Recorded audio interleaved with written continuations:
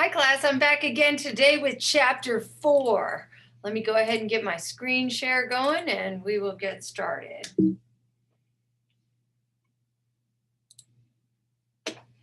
Okay, well, chapter 4 is on reliability and validity, and we're going to start with a couple of the first objectives. Number 1 is explaining the components of a score and how reliability and validity are involved in a single score. And then we'll describe some of the reliability tests used to estimate reliability, and we'll cover the others in the next video.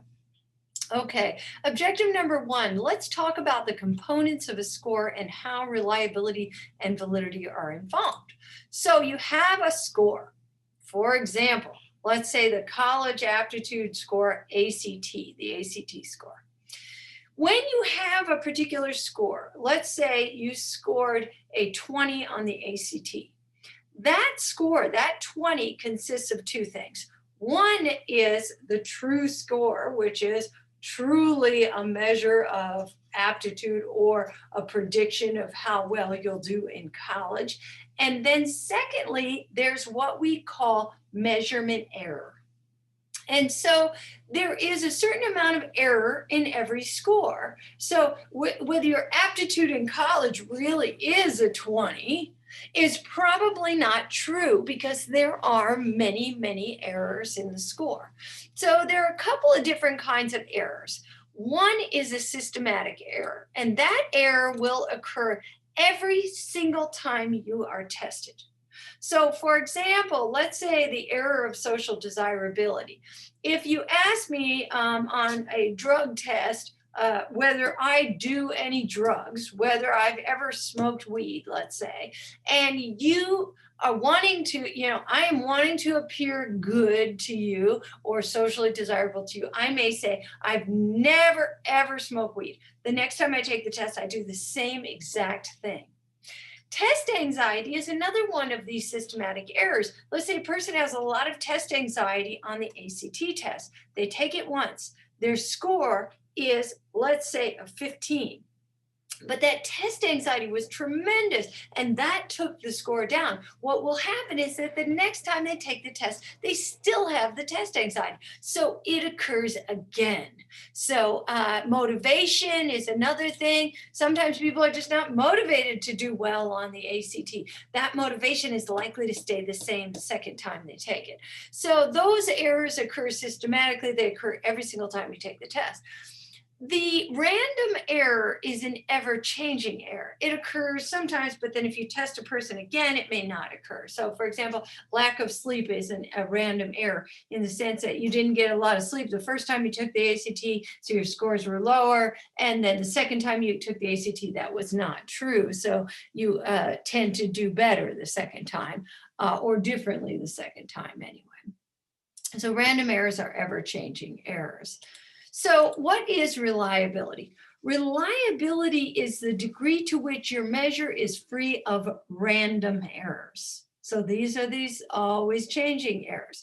So reliability is something that's fairly easy to test because all we have to do is administer the test once and then administer the test again to see to what degree those two differ, and that will give us the degree of random error or reliability. So what is validity?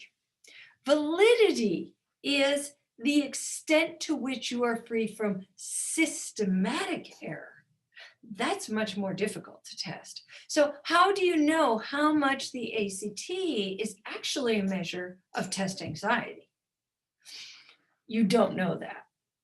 Is a problem. And so the validity is a much more difficult thing to test, but we'll talk about some ways to test validity. So for example, is the ACT really measuring how prepared people are for college, or maybe it's measuring test anxiety, or maybe it's measuring cultural issues, right? Or cultural knowledge. And those are much more difficult things to, again, ferret out in a score and really problematic.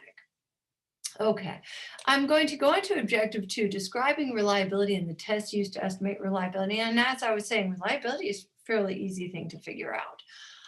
So reliability we can think of as the consistency or the stability of the measure, and that's the same way we think about reliability in the vernacular. So, for example, if you say I'm a reliable employee, that means I show up all the time. I'm consistent, right? And so, let's say you have an IQ test to measure intelligence. How would you test the reliability of that measure? Well, you could do it in many different ways. One of the ways in which you could do it is give the test once and then give it again to the same person later. And if their IQ varies a lot, well, then it's not a very reliable measure. It should be the same from time to time or very close from time to time. And when we do that, we usually use a statistical test called a Pearson R, which is the correlation. And it varies from +1 to -1. And so we can see if a perfect match would be a +1 or a -1. And so what we would want is for the first time you measure the IQ for it to be exactly the same as the next measure, and then we would have a 1 there. We should wait a few weeks between testing just so the person doesn't remember, all of the questions or whatever when we do that. So test, retest, reliability is exactly what it says it is. You just test once and then you test again. Internal consistency reliability is the degree to which different items in the questionnaire are correlated to one another. So what you can do there is you can take, so there are a bunch of different questions on the ACT. You can look at if the person does well in question 1, do they also do well in question 2, let's say within a reading comprehension area. So we can look at the degree to which they do similarly on the same questions. And what we use there, and then you don't have to test them again. We can use something there called the Cronbach's alpha. And Cronbach's alpha also varies between +1 and -1. And what that is the mean of all the possible correlations between the different questions. So it's sort of a glorified correlation. And sometimes one item is a problem in a questionnaire, and then we throw that item out, and then we get a reliable questionnaire. Inter-rater reliability is when you are using observational data. So inter-rater reliability would be the extent to which two observers are seeing the same thing.